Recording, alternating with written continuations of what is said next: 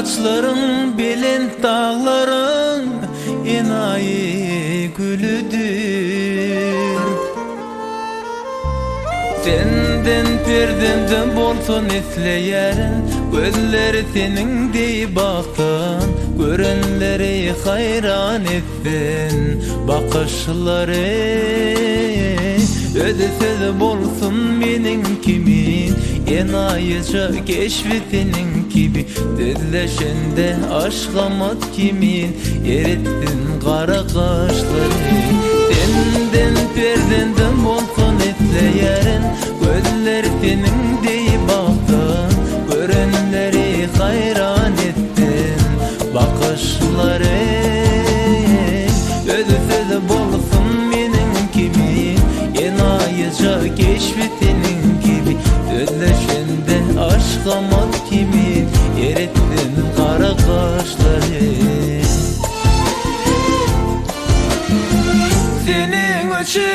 Senin için bu dünyanın yükünü çekerim, saçlarının bir tek dili için geçerim, kıyın yolları geçerim.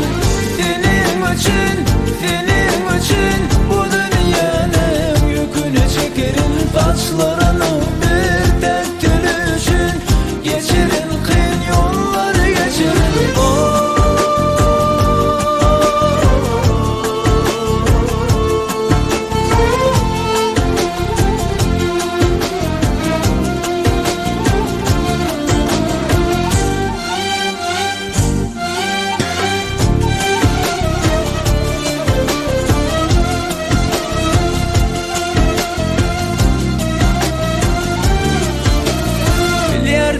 Sücü sözümsün menin, özgölerden koranımsın. Yüreğimin çoğun yerinde adını saklarım ben. Senden perdenden bolsun esleyerin, gözleri senin dey baktın, görenleri hayran ettin bakışları. Ödesiz bolsun menin kimi, enayıca keşfetinin gibi. Özleşende aşkamat kimin, erittin kara kaşları. Senden perdenden bolsun esleyerin, gözleri senin dey baktın, görenleri hayran ettin bakışları.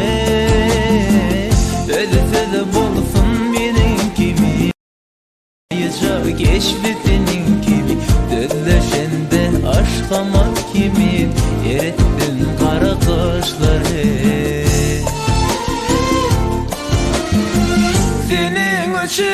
Senin için bu dünyanın yükünü çekerim, saçlarının bir tek dili için geçerim, kıyın yolları geçerim. Senin için bu dünyanın yükünü çekerim, saçlarının bir tek dili için geçerim, kıyın yolları geçerim.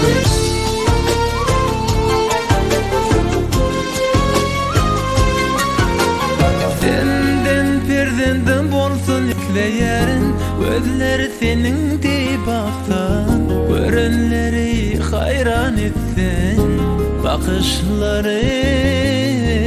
Ödesiz bolsun menin kimi, enayıca keşfetinin gibi. Derleşende aşkımız kimin, erittin kara kaşları.